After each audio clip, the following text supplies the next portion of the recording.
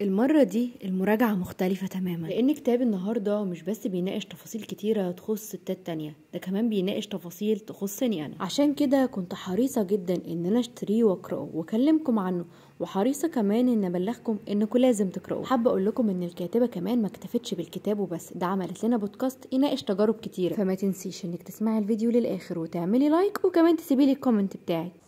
وحشتوني. كام حد هنا عايز يشتغل؟ طب كام حد هنا عايز يشتغل ريموتلي او اونلاين او من البيت؟ فكرة ان قبل ما يقع قدامي انا كنت حاسه اني لوحدي. الفيديو ده للستات بس، عايزاك تعمل لايك وتسيب لي كومنت هنا تردي بقى على الاسئله اللي انا سالتها في الاول وكمل معايا الفيديو. انا بقالي كتير قوي مستنيه اعمل لكم الفيديو ده، مش عشان هو مجرد كلام عادي زي اي كلام بقى متحمسه اقوله لكم، بس عشان الكلام ده انا مريت بيه. فتعالوا كده نبدا من الاول خالص. اقول لكم انا لما بقرر اشتري كتاب من معرض الكتاب او من اي مكان بقرر اشتريه بناء على ايه؟ اول حاجه الاعمال اللي بتبقى من ترشيحاتكم، دي اهم حاجه بالنسبه لي. تاني حاجه الاعمال اللي مهمه بالنسبه لي، الافكار اللي بتتكلم عنها انا محتاجه اطور عقلي بيها. نيجي لتالت حاجه هي الاعمال الجديده اللي بتلفتني في دور النشر وانا معديه كده على صفحاتهم او انا معديه في معرض الكتاب. وكتاب النهارده هو كان اختياري بناء على تالت حاجه، وانا بمر كده عند دور النشر اتفاجئت بيه. للحظه حسيت ان الكتاب بيتكلم عني.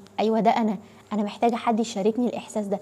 او انت ازاي ما كنتش قصادي من بدري؟ انت ازاي كده شبهي؟ اللي هو اللحظه الكتاب بيقولك ما تحسش انك لوحدك، وده اللي قاله لي الكتاب ده، انتي مش لوحدك.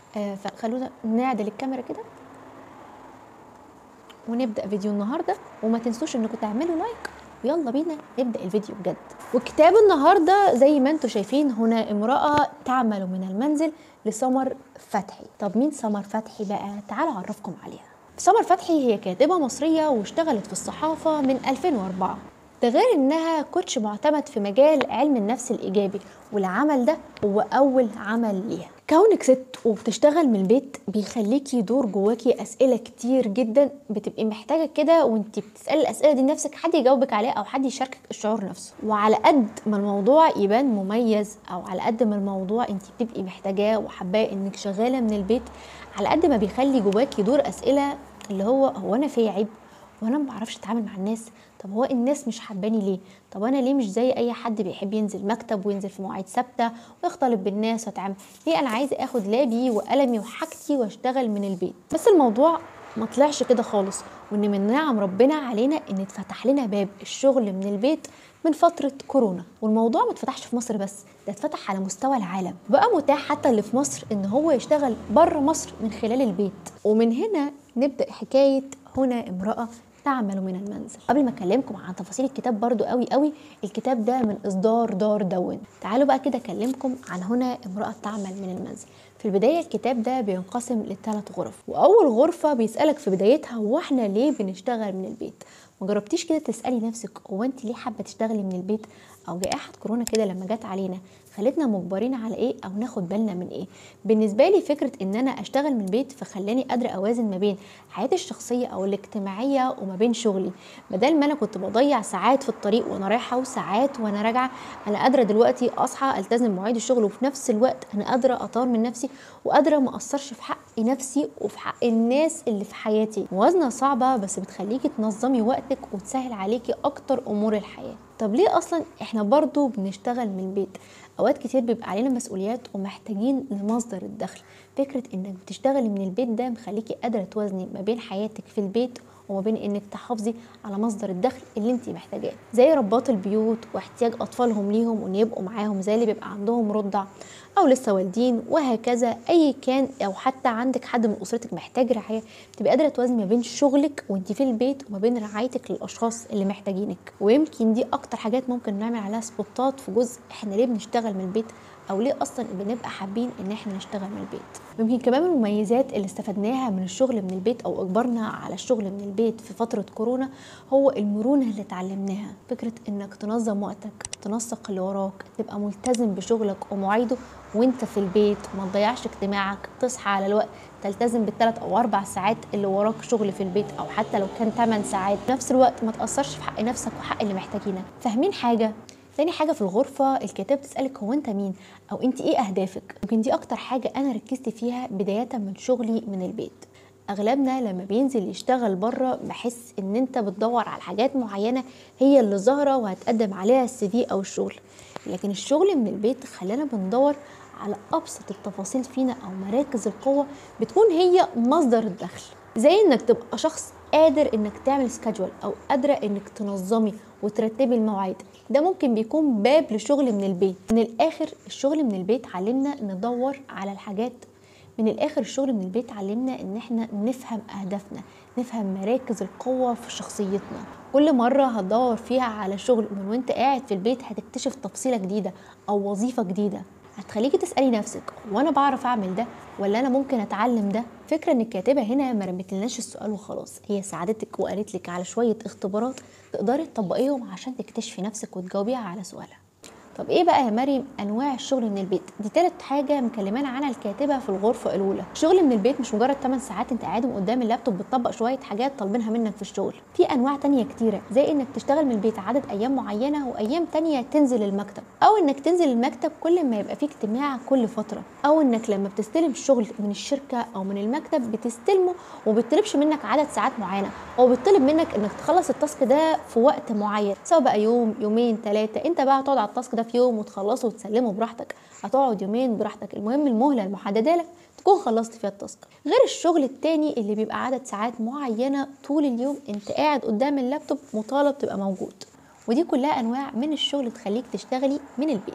بس خلونا مقتنعين زي ما الشغل ده ليه مميزات وانك تبقي قاعده في البيت ده ليه مميزات، في ناس تانية بيبقى الشغل بالنسبه لها او فكرتها عنه من البيت ده ان انا ابقى قاعده تحت البطانيه وقدامي اللاب بتاعي وبريح شويتين واصحى ارد على الناس. والفكره ان الفئه دي هي الفئه السلبيه اللي بتشتغل من بيتها مش الفئه الايجابيه خالص، ويمكن دي اللي بتاخد مصدر الدخل بتاعها من مفيش. بالنسبه لي ده مش الطف حاجه، لان انت ما بتتعلمش وممكن فجاه تخسر وظيفتك وما تلاقيش اي حاجه تاني تدخلك مصدر رزق، لانك ما اتعلمتش من وظيفتك اللي كنت فيها اولاني، ولما الوظيفه اللي انت بقيت فيها خسرتها بقيت قاعد مكانك محلك سر. فعشان كده زي ما العمل من المنزل ليه ايجابيات هو ليه سلبيات تقريبا بتظهر مع الشخص الكسول. نيجي بقى للغرفة التانية. الغرفة التانية الكاتبة حبت فيها انها تشارك مشاعرك بصوت عالي. كل واحدة فينا بتشتغل من البيت، سواء كانت عزباء، سواء كانت متزوجة، سواء كانت أرملة، سواء كانت بتعول أسرتها عموما بشكل عام مش متزوجة، أي كانت المشاكل اللي عندها فهي بتمر بضغوطات وتفاصيل كتيرة بتدخلها كده في ماراثون. النهاية عايزاكي تبقي عارفة حاجة، انت مش لازم تبقي سوبر وومن، بمعنى أصح إن الله إذا كلف أعان، بمعنى أصح انت مش مضطرة ومش مجبرة تستحملي فوق طاقتك، وما تستحمليش فوق طاقتك ده يخليكي تفكري في حاجات كتيرة ونتناقش في تفاصيل كتيرة زي هل انت لوحدك من البيت؟ طيب ماراثون الضغوطات واني مش لوحدي وإنسانية مديرة، تفاصيل كتيرة كلمتنا عنها الكاتبة خلتني حاسة ان انا لما بتضايق اوقات كتير ان انا ورايا التزامات كتيرة بالاضافة لشغلي من البيت، الضغوطات دي انا مش فيها لوحدي، في غيري عنده ضغوطات مشابهة كده ويمكن اصعب بكتير، بس ربنا لما بيكلفك بامر بيخليكي قادرة انك تستمري وتشيليه. بمعنى اصح الابتلاء بيجي على قدر تحملك، وفي النهاية ربنا لما بيكلفك بشيء بيعينك عليه. فالغرفة التانية تقريبا انت محتاجة تقريها بصوت عالي، هتفرق معاكي وتحسسك انك مش لوحدك بجد. وانا بقرأ الكتاب في الغرفة التانية وقفت عند جملة انا اتقالت لي كتير جدا من مديرين في شركات مختلفة: لما توصلي على باب الشركة عايزاكي تفصلي تماما عن اللي بيحصل بره الشركة، افصلي عن حياتك الشخصية، انسيها، اعتبري نفسك فقدتي الذاكرة. ومن هنا الكاتبة ذكرت لنا فيلم من الافلام الاجنبية قالت لك ان فيها الناس وقتها زي ركبوا شريحة خلتهم طول ما هم في الشغل هم ناسين بره الشغل في ايه، طول ما هم بره الشغل هم ناسين الشغل ده، لدرجة انك ممكن وانت في الشغل لو سألوك امك مين او لون عينيها ايه مش هتفتكروا اصلا. افتكروا انتوا هتبقوا حابين ان انتوا توصلوا للمرحلة دي طول ما انت في الشغل انت مش فاكرة اي حاجة عن العالم اللي بره، او لو انتوا في البيت تبقوا مش فاكرين اي حاجة عن العالم اللي جوه الشغل. ما اظنش ان دي حاجة هتعين على الحياة او تسهلها علينا، لان دي حاجة هتخليك تأثر في تفاصيل كتيرة، يمكن في حاجات كتيرة الناس هيبقوا محتاجينك فيها ما تقدرش تقف جنبهم لان دماغك هتبقى محدودة. بمعنى اصح لما حد يقولك افصلي جوه الشركة عن بره الشركة قولوا له مالكش دعوة. الحلو في الكتاب ده الكاتبة ما كانتش مجرد بترملنا كلام او مشاعر او تفاصيل تريحنا وتطمنا وتساعدنا وتفهمنا، هي كانت بترملنا اسئله وبتطلب مننا ان احنا نجاوب عليها. زي بمعنى اصح كده لما حبت تعيشنا لحظة حلوة وسألتنا سؤال لذيذ جدا، كلمني كده عن اليوم المثالي في خيالك، اليوم اللي انت تحبي تعيشيه، تحبي يبقى تفاصيله عاملة ازاي من اول ما تصحي لحد ما تنامي. عايزاكم تجاوبوني انتوا كمان على السؤال ده، تفاصيل اليوم اللي في خيالكم اللي تحبوا تعيشوه وما بتعيشوش ليه؟ ايه الحاجة اللي بتمنعكم عن انكم تعيشوا تفاصيل اليوم اللي انتوا محتاجين تعيشوه ده؟ والكاتبة في الكتاب ده ما نسيتش انها تكلمنا عن اهمية الوقت وتنظيم الوقت، وايه الطريقة الصح اللي تنظمي بيها وقتك عشان يومك يمشي بطريقة صحية ما تهلكيش، زي التكنيك الشهير المشهور بالبومودورو او الطماطم. في الحالتين انتوا عارفينه اكيد، ولو ما تعرفوش خلوني اكلمكم عنه. والطريقه كانت انكم بتذاكروا 25 دقيقه وبتريحوا من 3 ل 5 دقائق، ولما بيعدي 3 او 4 دورات يعني 25 دقيقه و25 دقيقه باستراحتهم 25 دقيقه، بعد ما تخلصوا 4 دورات بتريحوا حوالي نص ساعه. ودي الطريقه اللي ابتكرها فرانشيسكو، وفي ناس كتير جدا نجحت معاها الطريقه دي في تنظيم وقتهم، سواء كنت بتذاكري او شغل او اي شيء، لو مشيتي بالاسلوب ده تقريبا هينفعك وهيفيدك. وبمعنى أصح كل واحد بيمشي بالطريقة برضو اللي بتريحه، فالطريقة دي ممكن تجربيها ولو ريحتك كملي عليها. والكاتبة هنا ما نسيتش تكلمنا برضو عن حاجة مهمة زي الموظف الشفاف، وحاجة مهمة جدا جدا وهي متلازمة الاحتراق الوظيفي. عارفين كده لما تبقى حياتك كلها قايمة على الشغل وبالشغل وتنسى كل حاجة في الواقع وقاعد بتولع بس بسبب الشغل، ده بالنسبة لي هو الاحتراق الوظيفي، وأوقات كتير بندخل فيه وإحنا مش حاسين. فعشان كده الكاتبة قالت لك عايزاك تتعلم كام حاجة عشان ما توصلش للمرحلة دي، زي انك تعمل خطة بالنسبة لك تكون خطة واقعية، انت عارف هتخلص ايه في وقت قد ايه، تبقى عارف امتى تقول لا، مش كل حاجة بتوافق عليها وبتضغط نفسك بيها عشان انت شاطر وبتعرف تعمل كل حاجة. اهتموا بنفسكم، اهتموا بصحتكم النفسية، خدوا وقت استريحوا فيه، اعملوا فيه حاجه بتحبوه، نفسك ليها عليك حق. يمكن دي من اكتر الحاجات اللي انا كنت محتاجه حد يقولها لي قبل ما انزل اصلا الشغل في حياتي، ان مش دايما شطارتك بتثبتها وانت بتحرق نفسك في الشغل، شطارتك بتبقى دايما انك تشتغل بذكاء باقل مجهود. وتفاصيل تانية كتير كلمتنا عنها الكاتبه في الكتاب ده توصلنا بقى للغرفه الثالثه. هو انا لما يجيلي شغل اقبل باعلى سعر ولا بحدد الموضوع ده ازاي؟ شغلك من البيت مش معناه ان انت دايما تتنازلي عن حقك في الفلوس او تحسي انا مش زي اللي بينزل وبيروح ويجي، المفروض اقلل في مرتبي. احنا عارفين ان الشغل من البيت بقى متاح في وظائف كتيره جدا، زي اللايف كوتش اللي بتطلع وتعالج الناس اونلاين، زي وظيفه التدريس اللي بقت اونلاين، زي شغل الماركتينج والديجيتال ماركتينج اللي بقى اونلاين، زي اخصائي الاس اي او، زي الناس اللي بتشتغل في المبيعات، زي الكول سنتر والمترجمين والكتابه والترجمه والتاليف ومدخلين البيانات. وظائف كتيره جدا بقت متوفره فعليا اونلاين، يعني ما بقاش الموضوع متوقف على انك تنزل وتقابل الناس وجها لوجه. ومن هنا اقدر اقول لك انك مش مجبر تقبل باقل السعر لمجرد انك قاعد في البيت، انت بتحدد الفلوس اللي انت محتاجها على حسب اولوياتك، على حسب مجهودك، على حسب تطورك، على حسب انت واصل لفين اصلا في المعرفه والفهم في المجال اللي انت مقدم على شغل فيه. قدر مجهودك وشوف المرتب اللي يناسبك، ما تحصرهاش على انك قاعد في البيت فما تستحقش مرتب، في وقت انت بتبذليه عشان الشغل اللي شغاله فيه. الحاجات اللي لقيتها في الكتاب ده هو الجزئيه دي، قصص ويوميات واقعيه لسيدات بتشتغل من البيت.